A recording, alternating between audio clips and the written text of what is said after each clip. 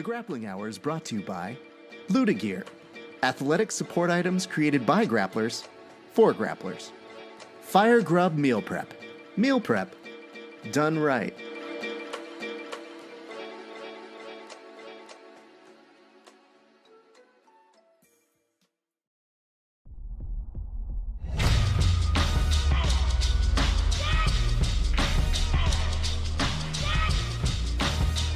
Yeah. Check it out.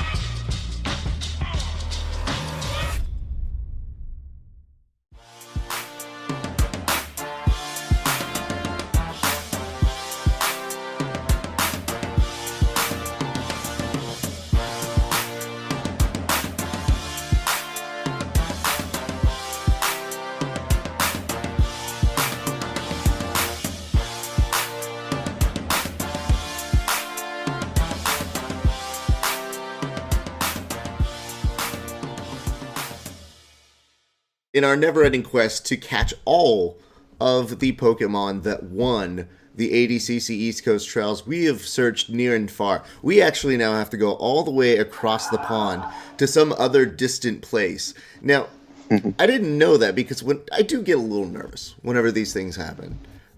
Whenever somebody says, hey, can you call me from the United States to another country, I think, are we going to have a language barrier? Are we going to have some sort of thing that's going to make us not have a great interview? Not the case here, especially with one Alec Baulding. Sir, how are you doing today, man?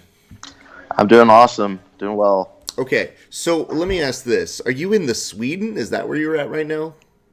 Yeah, I'm here in Gothenburg, Sweden. Can't see, but it's super dark behind me. I believe you. I have friends in Sweden, and they like to say nothing more than, "Why don't you enjoy your beautiful sunshine, Raph, out in LA?" What takes you to Sweden, man? It's a long story, but I had a good friend, Jon Thomas. He moved out here a few years ago, and he's super awesome, and he always tries to bring his friends to come train and teach. So he gave me an opportunity to come for a few months. And, I guess the students and the instructors really liked me. So they brought me back again for Europeans in 2017. The first time I came was 2016. And then in 2017, there was an opening for an instructor role. So, they wanted me, so I came. What does it take for you then to uproot essentially everything and now go to live over in an entirely different country? It was a few factors.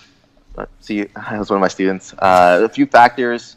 One being just working with Jon. I trained with him back in Atlanta over 10 years ago, and I knew that he's one of the best instructors in the world. So just having the honor of training with him again, because he had moved to Sweden a few years at this point.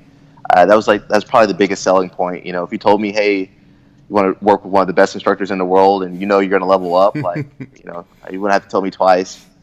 So that was really what sold me. Also, just being able to live in a different country and just get out of my comfort zone and just meet new people. Be in a new culture, learn a new language. I just thought it was a good time. I'm still pretty young, so I don't have like a family and no obligations. So this was the best time to do it. If I'm being honest, I'm really hoping that one of these days we get somebody who just goes, yeah, I had a family and friends, and I just said, screw it. Because every single time you hear people going like, oh, I'm just young, I don't have any attachments, I'm just waiting for the person to use the Mike Perry voice. It's like, I don't care about my family. I left them to go train. Well, that's amazing. And when you say that someone that you feel is almost silly to not go follow in one Jon Thomas, what is that like, though? How did you acclimate? How long did it take you to get used to being not only in an entirely different world for you just outside of jiu-jitsu, but then you add the actual athletic perspective into it, and then you have to be an athlete instructor to these people who it's different. Yes, it took a while to adjust. Luckily, where I'm from, I was around such great instructors like Cobrinha, Lucas Lepri, Jacare, Romero Jacare, Leo Noguera.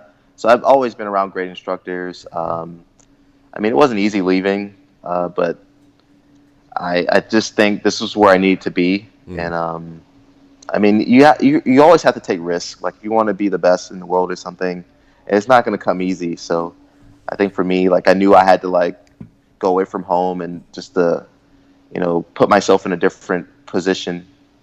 I don't know if that kind of answers what you were saying. I mean, mostly. We're not grading on a curve here, Yeah, it's not like I'm going to sit here and be like, you answered that better than Craig Jones, so A+ for you in this interview. Go ahead. I feel like, Europe's growing too. It's hard to, like, explain it, but, like, there's a local tournament here, and, like, it's like I'm in the tournament. Tommy Lingerker's doing it. Max Limbaugh, all these, like, Tariq. I can't pronounce his last name. Like, all these really good guys. We're all kind of in the same area, so it's like blowing up over here. Well, that's what I do really love about seeing things like a Polaris and stuff like that, because we get so used and spoiled, and I speak purely from a Southern California perspective, which is everybody. You walk 10 feet, there's a jiu-jitsu academy.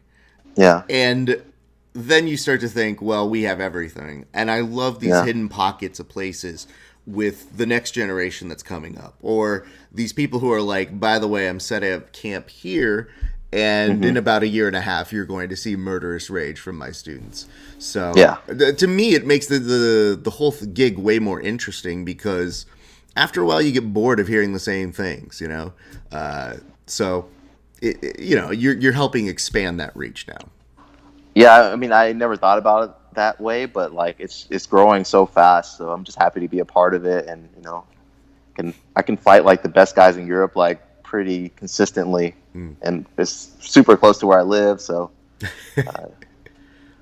well, it's kind of like how ADCC is actually coming to me out in Long Beach. And, I was asking some of the other guys. It doesn't really apply to you, but I was asking even like Tim Spriggs. I said, what does it feel like when you in your head all these years watch all these ADCCs and you go, man, Finland, Rio, China, Long Beach. Yeah. And then when I asked him, I said, do you feel a certain advantage because you've competed so much there? And he was saying yes. Do you feel anything as somebody who's traveled both out of country? Does it feel good to be coming back to an ADCC back in the States, over in Southern California, or do you not even care? Does any of that even process to you? I think, man, we're so used to it. Everything like Worlds is there. I think it's kind of cool. It's kind of cool for me personally because it's in the States. I can, my friends can come and visit me, and my friends in California, it's going to be easy for them. But if it's somewhere like Finland or China, like nobody's going to come. No. I think it's cool. And you could see that at some of the ADCC trials, or not trials, but the actual ADCC championship in China, where they have some of those empty seats, and I go, this is our thing. This is our Olympics. Yeah. Like, you guys put on and had more people in a halftime show dancing some sort of rhythmic Asian gymnastics than you did in the stands. Keep those people there. Tell them they have to stay for the whole event if they want to perform during halftime. At the very least. It's also more popular now. Like, I remember watching ADCCs and, like, there was no live stream or broadcast. Like, you had to wait a few days to hear the results. So it's just bigger. No, and it is nice. That's why when the children complain about the flow grappling, I'm like, we've had worse. Kids, I don't know if you know this. There were VHS tapes that were passed around way back in the day that just goes, shh, I got that nice ADCC. You want it? That you had to go to a deal or two back in the day. Let's talk about your run, dude, because here's something that impresses me. Whenever you have to do a number of crazy things to just get to go to the big event. What is your routine like? Like, is there jet lag? Do you have to build in travel? What was the scenario like before you even got to the East Coast for East Coast Trials? I planned a little bit in advance. So I was actually doing like a seminar at another academy in New Jersey. So I was there maybe a week or two before, just because I knew, coming from Sweden, there's like a 6-hour time difference or 5-hour or something. I knew like I wasn't going to be able to compete like immediately afterwards after flying. So I got there early and I just acclimated myself to like New Jersey and ate some food, New Jersey food, just to get used to it. Wait, I'm sorry. I need a second to really understand what you're saying here. I want to make sure I'm hearing this right. You didn't trust the food enough so that you had to say, listen, guys, Jersey, not like I don't trust you, love you a lot, but you gotta get in the tum-tums when I'm competing, so if you could take it down a notch, that'd be great. Wow. I've never heard anybody say that before with this. I mean, it's the food's different in Sweden. Like they test things like pretty strictly and stuff. So like it doesn't matter where I go. I just need to get used to the food and the quality and stuff. Sure. But I mean, New Jersey's got a good culinary. Way to recover there. That's a real good save at the very end. Like I don't trust your food, but some of it, man, you guys do very well in some areas. It's really diverse. I was surprised. I was eating like Ecuadorian food, Peruvian food, Italian. I was everywhere. So, it's nice. You get a couple days adjusted. You planned it out well. What does your mentality look like day of competition? Because everybody's in a different space. And I don't know exactly what gets you in your zone. So where are you mentally on the day of competition? I'm pretty relaxed. And just speaking for myself personally, like I've been competing a lot this year. I think this was like my 12th or 13th tournament. So I've been just used to the situation of dealing with the nerves and just competing. So it was kind of weird, but I was like super confident and just super relaxed. And I really wasn't worried about anything. Like, I wasn't worried about who I was fighting. I wasn't worried about my technique. I just knew like, hey, if I go in strong and just the way I am now, like I didn't want to change anything. I didn't want to overthink anything. I didn't want to I just knew if I did everything that I was already doing, I would be okay. So. That's a good place to be. A lot of confidence in your preparation, which is very good. That's where you want to be day of. So obviously you start your day off with a bye. You're in the 87.9 bracket. So how many pounds is that in real people pounds? I believe it's like 194. I don't know what it is. I have no idea what's 88 kilograms in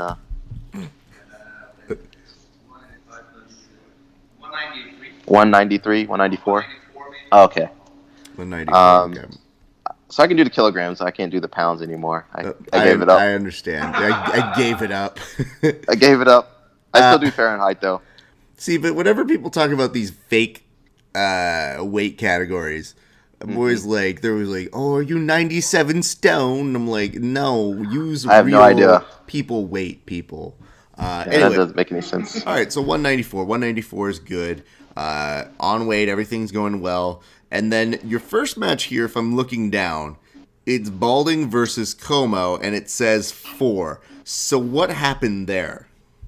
I'm assuming the guy forfeited. So they made me come out there, and they raised my hand. I think Tom the Blast raised my hand. He's like, "Oh, good match."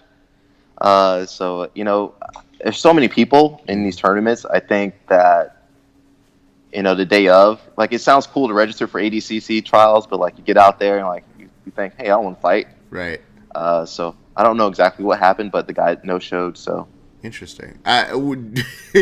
When you start to think about the epicness of this whole thing, and you're like, oh man, I'm fired up, I'm ready to go. And wait, what? What's happened? Why? Yeah. Like, what does that do to you? Does that throw you off at all, or does that like feel underwhelming, or you just go, screw it, let's just go to the next round? I mean, I really look forward to those early matches. I mean, you could lose, but you also need those to warm up properly and just get into the right rhythm.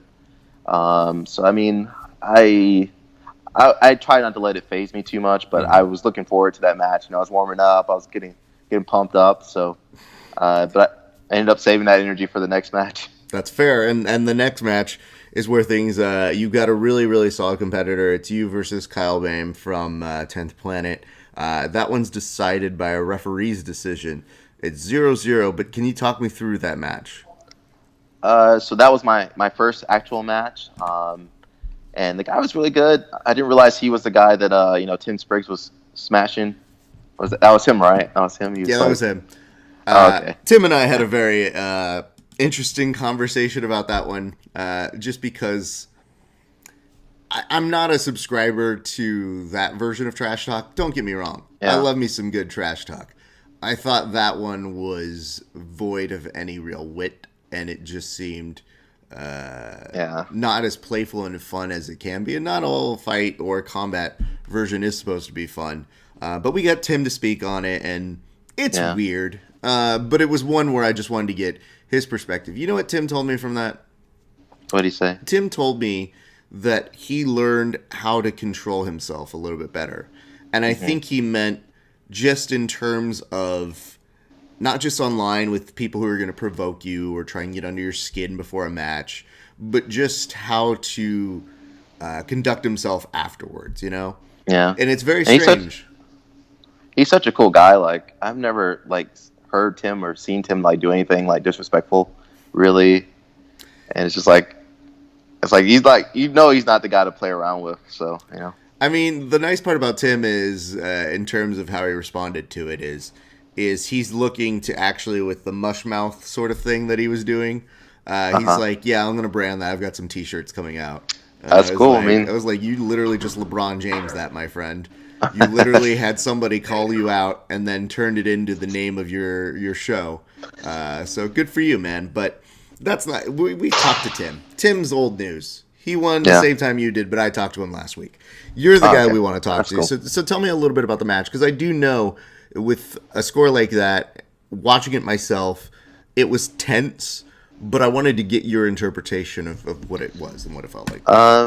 So for me, like, I mean, the guy, he's really tough.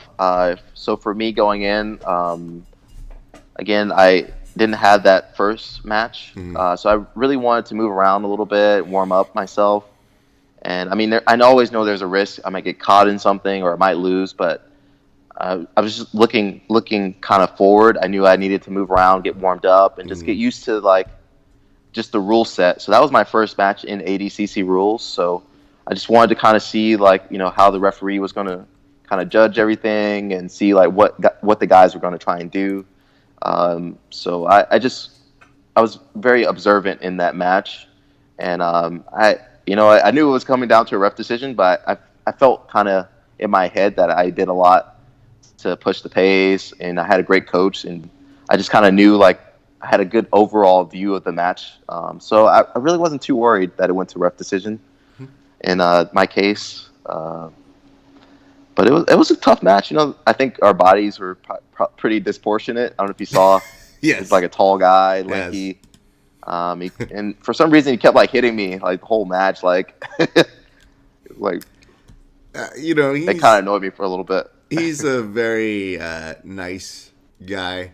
But I think competition brings out something else in him. And, I mean, you guys all get used to it, but yeah, it's kind of silly. I always like when I'm like, are we watching a striking match? Is this combat? Yeah. I don't really know. And then sometimes, as shitty as their sound system is, I can hear the slaps off of, the faces or the, like, real bad clubbing digs. And I'm always like, oh, God.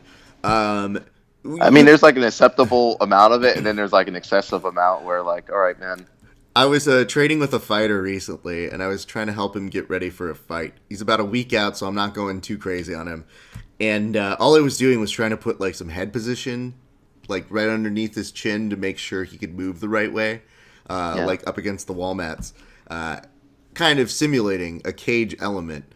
And 2 seconds in, he's in a nice flowy stage, but the minute I got my giant head in on his chin, he just gave me this look like, I'm a goddamn MMA fighter, ref. I'm going to murder you. And I was like, okay, hey, no, I'm your friend. I want you to remember that. I'm helping you. Well, when that's happening, though, you mentioned this is your first time doing ADCC rules. 2 things. 1, how is your training different given ADCC rules, especially if you've never really done it before? And then 2, with the amount of time that you've had in waiting, how much are you watching other people? Because I would assume that's where you're also getting your hands-on feel of, oh, this is how the refs may be doing points. This is what it looks like live in action. Is that anything close to it? Yeah. So I watched a few matches, but it's really important that you don't get too sidetracked. You can get too into some of the matches where you get distracted and you don't think about yourself and your preparation. So I would watch a few, the more exciting matches with like the Rotullo twins or Ethan or Satava, and so I was watching them more just for interest, and I wasn't really watching the referees as much. Maybe I could have spent more time watching them. But I think you just got to go out there and experience it. I could watch all day, but unless I get out there and like, oh, the referee didn't call points on this move. Okay. I think I just had to go out there and experience it. But my training, so I tried to prepare for everything, ADCC, IBJJF, whatever I'm doing. So I just make sure I have a good, solid wrestling base. Do a lot of takedown training, and I try to work my guard and my passing. So I just try to stay pretty consistent, and I don't really change for the rules too much. So I just try to keep my same game as much as possible and just improve upon my game, not so much my way of playing the rules. No, that makes sense. I always wonder because with the 3 and 3 minutes being as wacky as they are, that somehow, to me, like most gyms don't play like that. Like, and their preparation is just do as much jiu-jitsu as possible, but it adds such an element of strategy that is unusual for both points players and submission only guys to go 3 minutes. Does this matter? Yeah. And then if you take it too lightly and it doesn't matter too much, then you got somebody who's on a submission on you. If you're too careless. So it is a nice mix between the two. Let's talk about where this goes next. You've got Ryan Quinn in your next one. You're able to get a submission, and you're able to get it in a pretty good amount of time. So can you walk us through how that one went for you? So this was my second official match. And I think the first thing I noticed was this was a, Hinzo guy. He's from Hinzo, I believe. Mm-hmm. And you see Gordon Ryan over there in the corner. So I think, I had a good first match, but the second match, I knew I kind of wanted to impose my game a little bit more and just be a little bit more aggressive and, actually score or get better positioning. So I believe I was going passing, pushing the passes pretty hard. And I knew the guy, I could hear Gordon coaching the guy, they're trying to set up their leg locks or arm drags or whatever. So for me, I just kind of knew all right, this is the time to kind of step up my game. And that's something you learn from just experience. Okay, I need to just had that internalized that, okay, I need to push a little bit harder. I can do a little bit more now. Yeah. And I, just happened to get a good position and went for the submission. And I was just happy, I was not much more I could say about it. No, that's great. And it's fun when you're able to uproot a little bit of Gordon's fun as well. It's not because it's weird to be looking at your opponent and being like, I always say that there's the opponent you have in the mat area and then the opponent that might be also their coach. So sometimes it feels like you're like, oh God, who the hell let Darth Vader over on the sidelines? Yeah. Does he step in case this doesn't go well for him? Whoa, Jesus. That's actually happened to me before. I've fought, guys, Europeans, and then the next match, that guy is coaching against me. So you get used to it. That's fair. Okay, so you've got Gordon. You've got that happens. You're able to beat that. You advance to the semifinals, I believe, at this point. When you're in the semifinals, now I'm pretty sure you're paying attention, right, to every single person that you've got in there. And here's the thing. You don't ruin everybody's day with this, but this one kid prodigy in Roberto Jimenez, it's hard to take an opponent like him because you do not want to take them lightly. Mm-hmm. They are young, but you also see how destructive they can be. So, how much were you aware of this kid's momentum coming into all of this? I mean, everyone in jiu-jitsu knows about Roberto. Double gold, purple belt worlds. Like everyone knows who you are, and he's just a really good kid. I mean, he's a good young man. I mean, I was keeping my eye on him a little bit throughout the tournament, and even before the tournament, I remember saying hey to him because we're both from the same team. He trained under Lucas a little bit, and his father got his black belt under my instructor too. So I've kind of seen him a little bit just growing up, or him growing up, not me. I'm a lot older. Well, yeah, no, I get. I don't think anybody's confusing how you're like, he's practically my brother. We're almost the same age. So I've always had some contact with him, but I always respect everyone, and especially up and coming guys. Like they're hungry, and when you have so much success behind you, like he's had, like that's real momentum. Mentally, he knows he's like one of the favorites. He's got Flow Grappling behind him. So I mean, I kept an eye on him, but again, my mindset going into the tournament was very relaxed. I knew if I just do my game and listen to my coach, I knew I was going to be ready for everyone. Well, when that does happen, and you do finish, with a strong 4-2 score over the kid, do you whisper to him, you're like, you're going to have like 20 of these, kid. Like, chill the F out. No one cares this year. Yeah. I mean, that's what I'm thinking about too. Like whenever I lose, I think even for the ADCC Trials, I was thinking, all right, I'm going to do my best here. But as soon as I go back to Sweden, I got another tournament. It's like you can't really cry over a loss. You just got to get over it. Well, I mean, here's the thing, and I've interviewed that young man. I interviewed him right after Worlds, where he just went on fire. He was untouchable that day. And he's telling me, he's like, yeah, I'm 18. And I'm like, okay. And he's like, I'm thinking about going to college, making some botany money. And I'm like, you're going from one sport that doesn't make money to a major that I don't even know if we'll make more money than we do in jiu-jitsu. So it's Maybe. half and half. And he's just like, he goes, no, but I'm coming right back to jiu-jitsu after I get this degree. And here I am, father time, looking at him going like, hey, kid, you don't need the degree. We're good here, but he's got so much promise and so much talent, and very, very nice human being as well. So I obviously, you hate to see the team on team, but it's what happens when you get that close to the end. Now here's where it gets. Go ahead. And later on, like I could, I was very cordial with him. We were hugging each other. Later on in the finals, he was actually, I could hear him screaming for me. Oh, that's dope. So maybe that helped me win. You never know. Well, don't tell him that, because then he's going to be like, hey, that's like, you give me 3/5 of your bid now to ADCC. Now we're just going to tag team it together. No, and again, I very much enjoy him. I like that fact of it. And what I think he brings up is, between him, the Rotolo twins, there's this element of very young kids that you really see the curb happening faster than maybe even people are expecting, because when you have to break one of the Rotolo twins' feet in order to advance, you look at that and you go, that's the only way to stop them. And then my brain also goes, he's 15! Oh my god. And then you think, well, if you're the competitor, that's kind of what you got to do. Yeah. So fortunately, I believe I hear when you're 15, you just regenerate, you just grow another leg, you just get it off. So.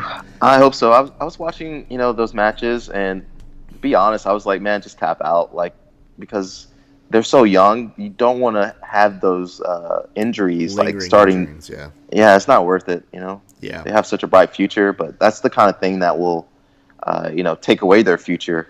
Yeah, I think again, from what I saw, and what do I know? I think we're in an element where he probably won't be like that again. But I also think to myself, okay, now that he knows that's when he's in danger, watch himself get out of that position. Like, that's going to be the one position he's going to be drilling 1,000 times. And so it was like, well, thanks for showing us the move that worked that one day. Now this kid's, all he's going to do is just terrorize everybody in pass guard. Let's talk about your finals match. Who was your finals match against? Because it seems to me that Flow Grappling kind of forgot who you were going against. I believe wasn't it Dan Martinez? It was. That's my guess. You could guess. Even though Flow Grappling, for whatever reason, with Hunter Colvin and Dan Martinez, it says Hunter had 2 points and Dan Martinez had 0 points. Oh. On the official page here as a reminder. And I'm like, I know I saw Dan. So no, that's not how that works. Let's talk about your finals. What do you want to know about the finals? Well, I'd like to know a few things. Number one, what did you feel? Because I'm pretty sure at this point, like I said, you're watching other people. What are your thoughts about Dan Martinez as you see him coming in to this finals match? I didn't get to watch a lot of his matches. I don't think I caught any of his matches. But my coach, he's one of my good friends, Jeffrey Cummings. He was familiar with his game. And he pretty much told me he was going to look to elevate from butterfly and, leg locks and stuff. So that was pretty much my just knowledge going into the match. And that's one of my comfortable positions. I don't know why. Just I'm okay in butterfly guard, and I feel pretty comfortable there. I feel comfortable passing that position. I feel comfortable defending that position. So sometimes, you just get a match where it's more suited to your strengths, and that's always a good time. When you say that it's suited to your strengths, you're saying that what he's good at complements what you also happen to be good at. Yeah. So my understanding of the position was one of my strengths. And so I don't feel as threatened as, some other guys would in a butterfly guard, like on top of butterfly guard. Sure. I feel pretty comfortable in my base and just being able to get out of those leg locks once you're elevated. And that comes from just a lot of training, a lot of positional sparring. And that's something I always try and do in my training. I try to prepare myself beforehand for these positions that I'm going to get into. And then when I get put into the positions, like I know exactly what to do. And there's no lag time. It's just like, okay, I know exactly what to do. I'm going to get out. I can start my attack. So it was just one of those days where I think I had the right mindset, the right coaching, the right opponent. And, those days are rare. I've had the opposite a lot of days. Yeah. What did the win mean to you? For me, it was a lot of different things. I did an interview with Flow Grappling where they talked about just like as far as achievements. I think this was probably my biggest achievement. It's definitely my biggest achievement, no-gi.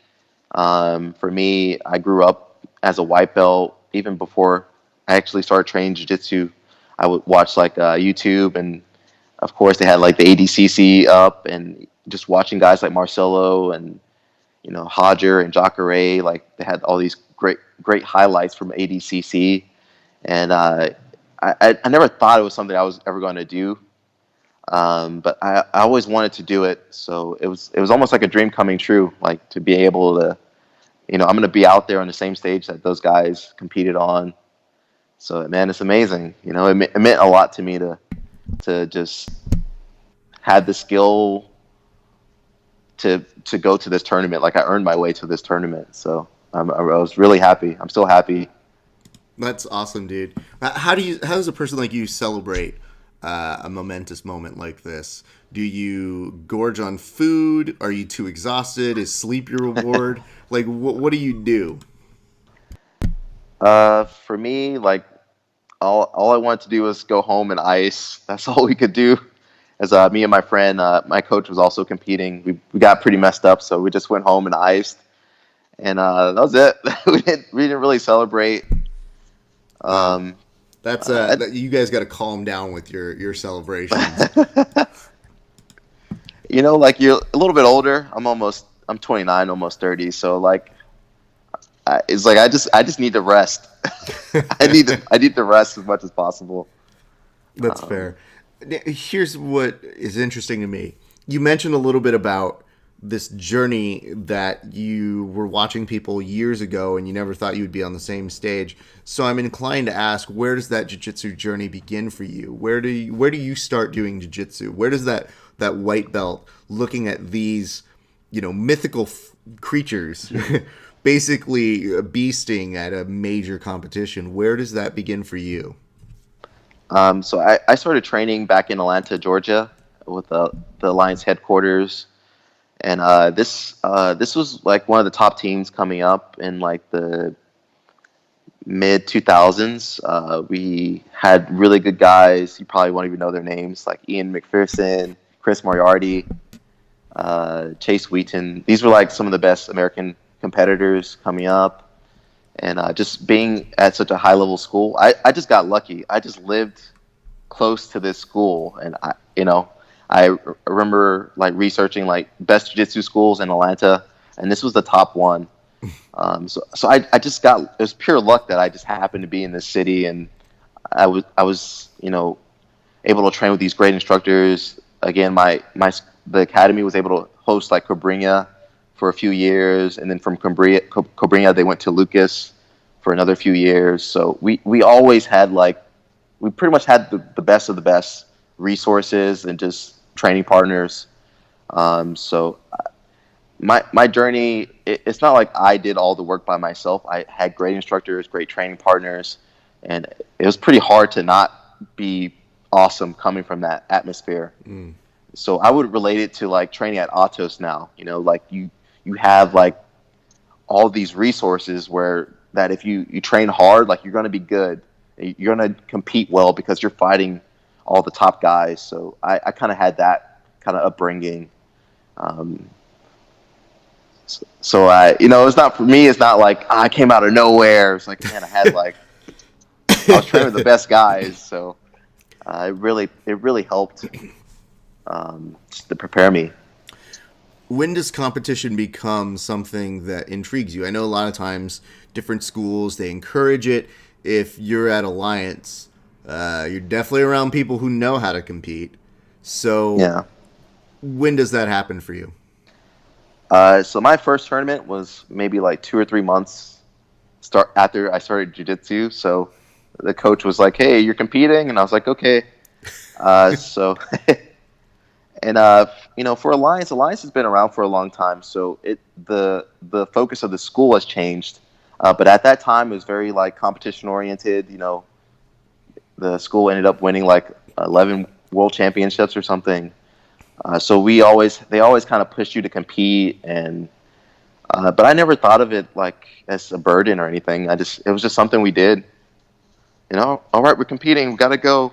If all your friends are competing, like you don't want to not compete. You want to go support them and go do it too. So we always had like just the push to go compete, pretty much from day one. That's pretty cool. Now, here's a question that I think is pivotal for relating jiu-jitsu practitioners who may come from different backgrounds or different experiences. But it's one that I like to ask, which is, when did you know that you fell in love with jiu-jitsu? I think I knew pretty early on, probably the first class I knew, because I actually started, my martial arts training started with Taekwondo.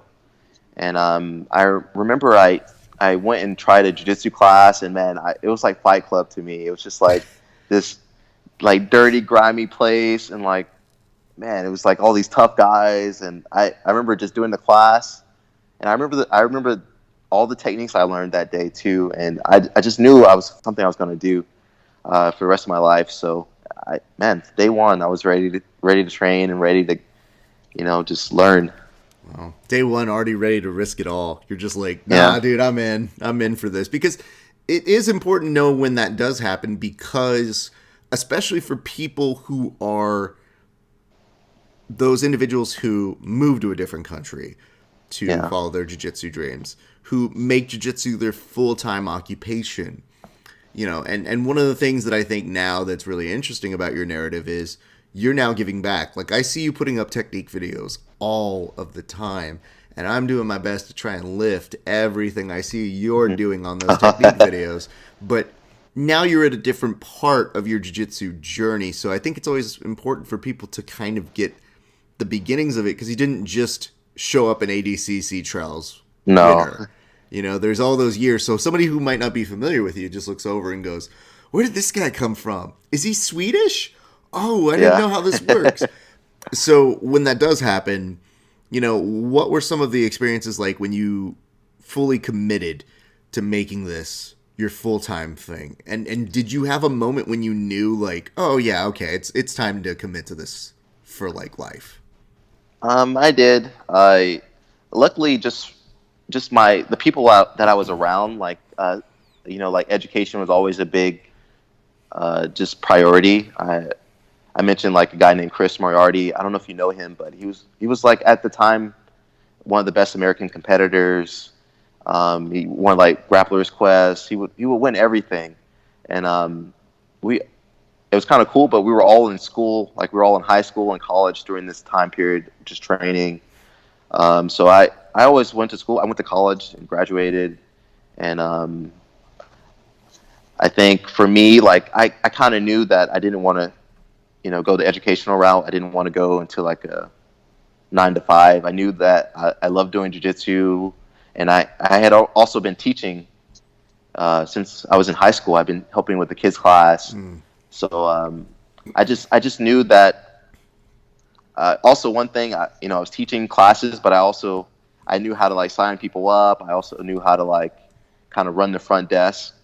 So I just had like a good foundation in like what it took to live off of jiu-jitsu. I didn't just go like, I want to do jiu-jitsu. Yeah. Like I kind of already knew, okay, I need to do private lessons. I need to teach. I need to get sponsors. So I kind of had a good idea beforehand what it would take.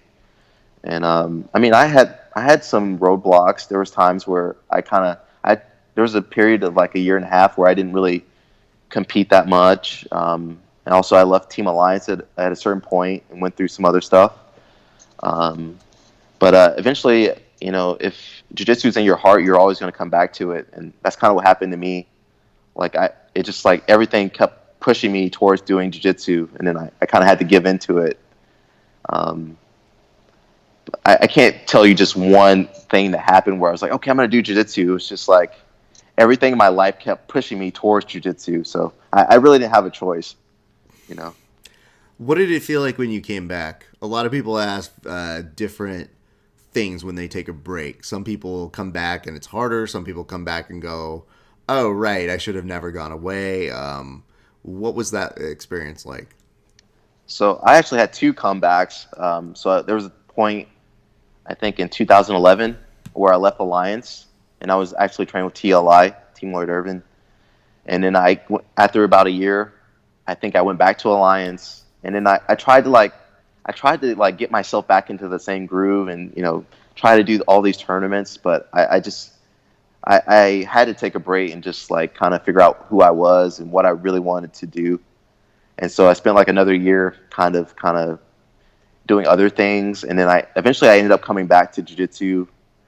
And I can't remember what we were talking about. I just forgot.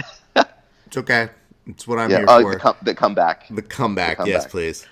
So again, I just mentioned that life kept pushing me towards doing jiu-jitsu, and it wasn't until I experienced other things that I was like, okay, maybe I should give jiu-jitsu another try, because it's something I always loved, even when I felt that it was hard to train or I didn't want to go and train. It's something I always knew was something important in my life, and something's important and it gives purpose to your life. You can't ignore that. You gotta go for it. You gotta give it a try again. And so my comeback, it wasn't very clean. It was like it was like fighting. It's like fighting in a tournament. Sometimes you lose, you gotta come back and try again, and you might lose 90% of the time, but it's like that one win. That's all it takes. That one win. What do you attribute to helping you get back on track? Getting back on track, I think I had good friends, good friends that always supported me, good friends that always, when I didn't want to train, I had friends that would be like, hey, man, let's just drill a little bit. And just, I always had good friends that, that would help make that comeback easier. It was never like I didn't know anybody. I had to start from square one. I always had friends that were training during my kind of layoff time. And so just to spend more time with them, it was like I had to go and train, or they would always talk about training. So, I mean, I just had good friends that they kind of believed that I would come back. So that helped me a lot.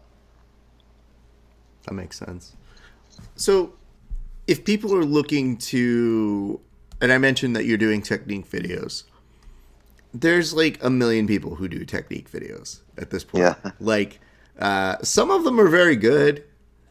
Some of them I look at and I just go, that's nice. And then some I'm like, well, no, those aren't good. But what is it that you do in particular if somebody's not familiar with? And you said that you're good at selling, so I need you to kind of tell the people right now, if they've never seen one of your technique videos or visited your social media kind of a thing, what is it that you offer when you're doing your instruction or your teaching that's maybe just slightly ajar from somebody else's? My big focus with my techniques, I'm not sure if it sets me apart, but it's something I like to focus on, is that all the moves I show are moves that are tested in competition. So it's not like some flashy move. It won't always be a move that's going to, get a million views, but it's going to be a move that I've tried and tested. I can get, or a move I can get video footage of being tried and tested in a tournament. So I always try to relate that back to my techniques as much as possible. Because I just want to show moves that work at the end of the day. So that's what people are going to get when they watch my stuff, my videos. It's a good tagline. Stuff that works. Yeah.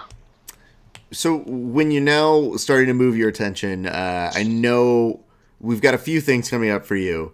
But before I ask what those things are, what do you consider and when do you start really kicking into high gear for ADCC and that prep? Because that clock resets all over again.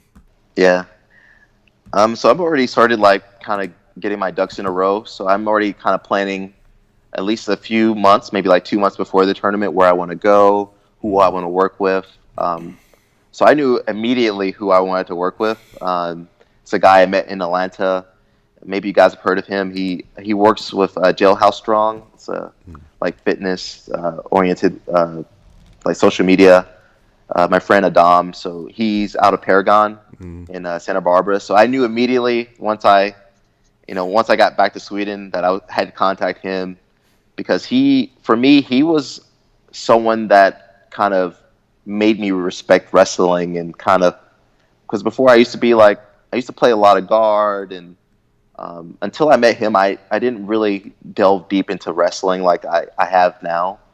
And so I know I need to go work with him.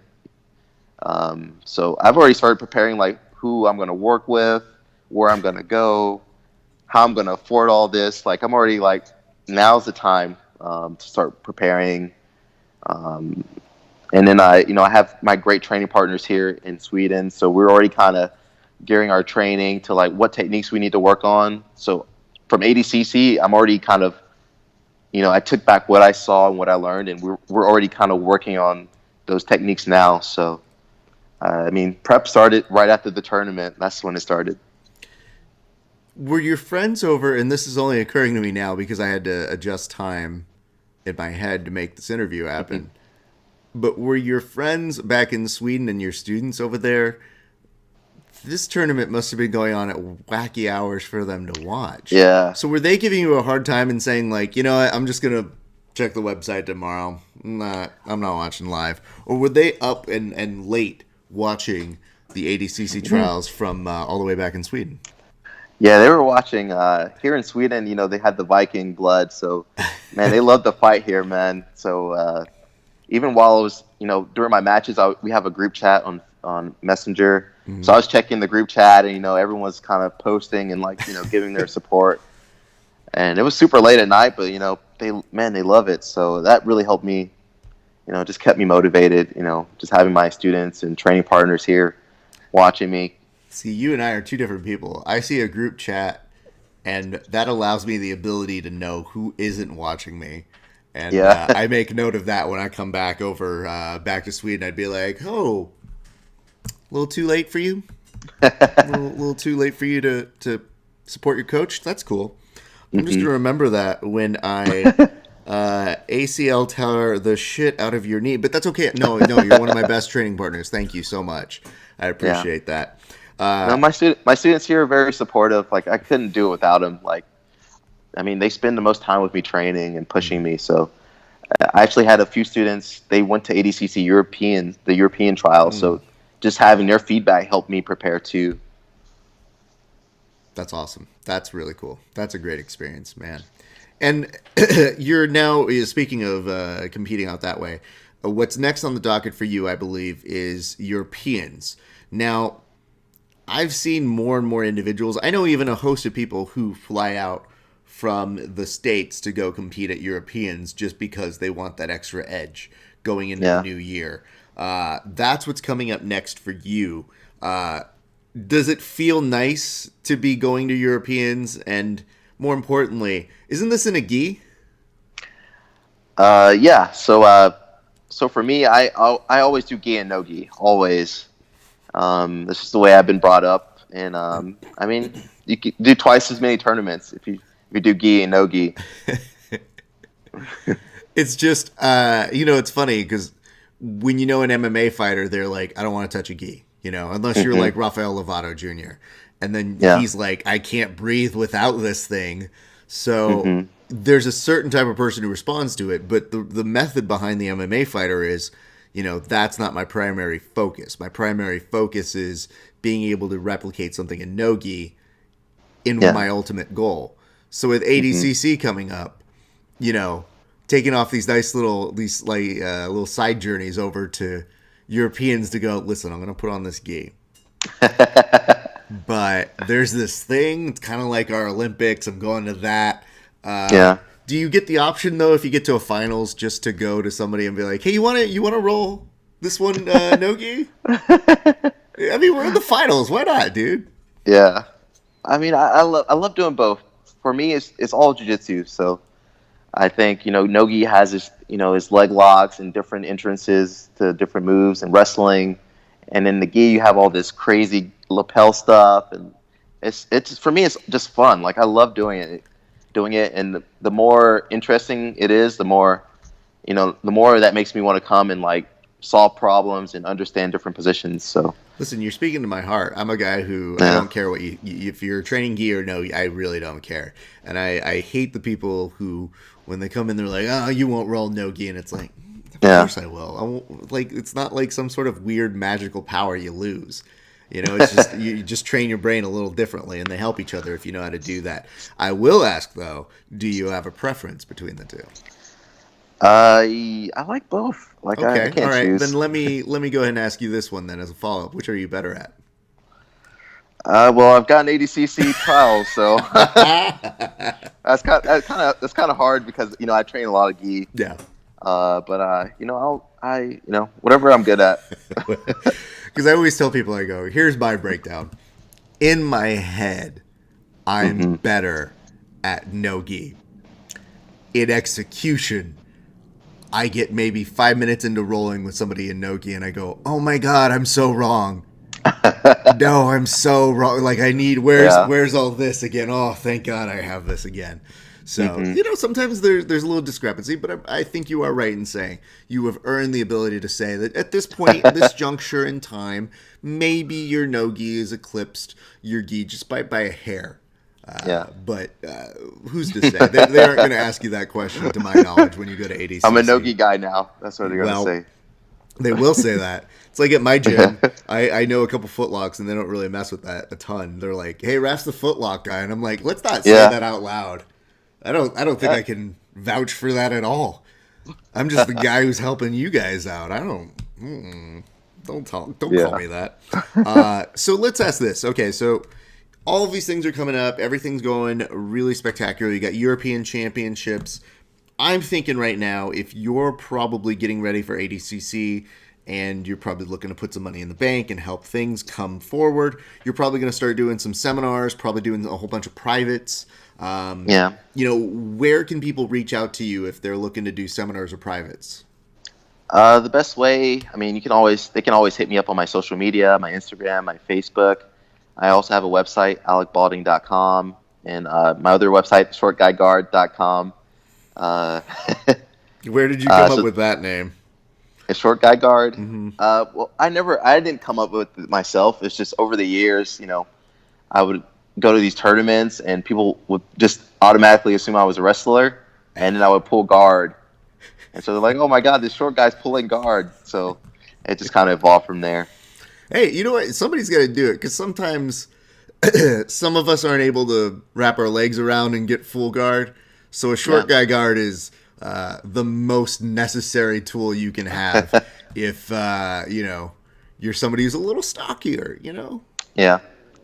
And my goal with that was just to show short people that they can play guard, I don't know that I believe you, but I've seen your technique videos and you explain them well. The science is still out there for me. There's still a couple guys. I've been trying to make a whole thing this month to be a way more aggressive guard player, and it is not going well so far. It is. It takes a lot of work. No, I get it. I tried it for a week, so I'm giving up. But no, obviously it's something that you want to play around with, and to my knowledge, I always think like this. Everything goes in waves, so even the stuff that you're putting in the time for now that's not paying off, in like a year and a half, when it just comes out of nowhere and you're like, guys, I got really good at guard. Did you? That was weird. It felt like it just happened. It's like, no genie showed up. You just, it makes more sense to you at this juncture. So, but that's dope. I like that you're looking out for those of us who, when I look at the weight categories and I look to see where I would fall in if I was competing, I'm always like, no, these guys are too lanky, and I'm a 5'9" dog. That's every match for me. It's like, man, this guy is tall. Like, I had to use everything I got. And then you see some of these monsters that are just like jacked specimen, and you're like, how did you make this weight? How are your weight categories different than mine? Like, you put me next to a Steven Martinez, and he's like, yeah, I'm 185 right now. And I'm like, how? How are you my weight? Where does all of that go? Oh, to me, him are the same weight.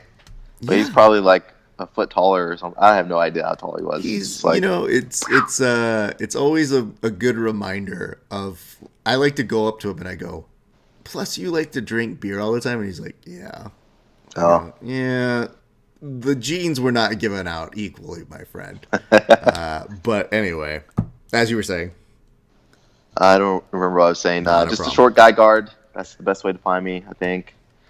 And are you open to doing seminars kind of all around? Like, how is that working? Because I don't know if you just hub and make Sweden central to your training until you have to start branching out and maybe coming out to California. But, it's a long journey. It's going to be about a good, 9 months until the actual big dance. So it sounds like to me that that's plenty of time to go around and do some traveling seminars. Yeah, so right now I think in the spring of 2019, I'm going to hit Atlanta, the Southeast. Awesome. And then maybe like June or August, I will be in California. So I just try to pick an area and kind of hit as many spots within that area within a few weeks. Well, beautiful. When you're coming out to California, definitely let us know. We'll be happy to put up all the help that we can to tell people there, because in that time, I'll have some more opportunities to test out short guy guard. And, cool. By then I'll definitely be able to tell you hey, listen, the dream's not happening for F. It's a rough journey, but at least I'll be able to ask you some questions there. Before we get you on out of here, can we take any of any sponsors and whatnot? I'd like to thank Inverted Gear. They sponsored me for the ADCC Trials. Nelson and Hillary, very awesome. Awesome people. Very awesome people, an awesome company. Here in Sweden, Eklundsbil, there's a car company that for every tournament we go to, they always give us cars to, just go to the tournaments, and my family and my friends. Huh? Wait, what? We get cars, rental, not rental cars, but loaner cars to go to the tournaments. It's kind of like that leave a bike, take a bike sort of system? No, it's a car company that sponsors our gym, and they'll let us borrow a car for to travel to tournaments. Because we're in Europe, most people don't have a car. I get that. It's just, You're doing it smart. Most of these idiots are hitting me up being like, Raph, can we get an Uber? Can we? Oh no. Can you come with us? Like, no, you're branding this properly. Next time somebody asks for a ride to their tournament or tries to hitch a ride with me, and granted, I'm one of those people too. But next time somebody tries to hitch a ride with me, I'm going to be like, you need to get yourself a car sponsorship. I mean, if you hustle, anything's possible, guys. Look, I'm in Sweden. How do you think I got to Sweden? I had to hustle. Did I interrupt on any of the other sponsors remaining, sir? I think that's it. I can't think of anything else, any sponsors outside of those. Well, that's good stuff. You know, dude, I really always love getting the opportunity to ask people about their journeys, but more importantly, it's so important to me that the athletes get proper acknowledgement for the achievements that they really, really work hard for. And ADCC Trials, especially this year, in my opinion, over on the East Coast, they look like no joke. You really had to work to get through there. So, you know, when I can't be out there to cover the event live, I always try to circle back to the athletes and give them an opportunity to tell their story. And I'm so happy that I got to hear so much of what makes your jiu-jitsu and your style so unique, my man. Thank you so much. It's always a pleasure to share my story. And, you know, I always think that it's not just my story. You know, you don't see or hear the people that supported me all these years. So I had to thank all my friends and my family. Couldn't do without them. That's really cool. Well, ladies and gentlemen, we look forward to seeing him compete over in Long Beach, exotic Long Beach, California. But we're happy to bring him back home for a few fleeting moments, and we look forward to a seminar tour coming next year to Atlanta and to California potentially, as well as his competition over at European Championships at the beginning of the year. Alec, I can't thank you enough. Look for this man's technique videos. If you are wondering where I'm getting some of my fun stuff that I'm stealing from him, but like the real janky version, that's where it's coming from right now. So can't thank you enough for stopping on in, sir. Thank you.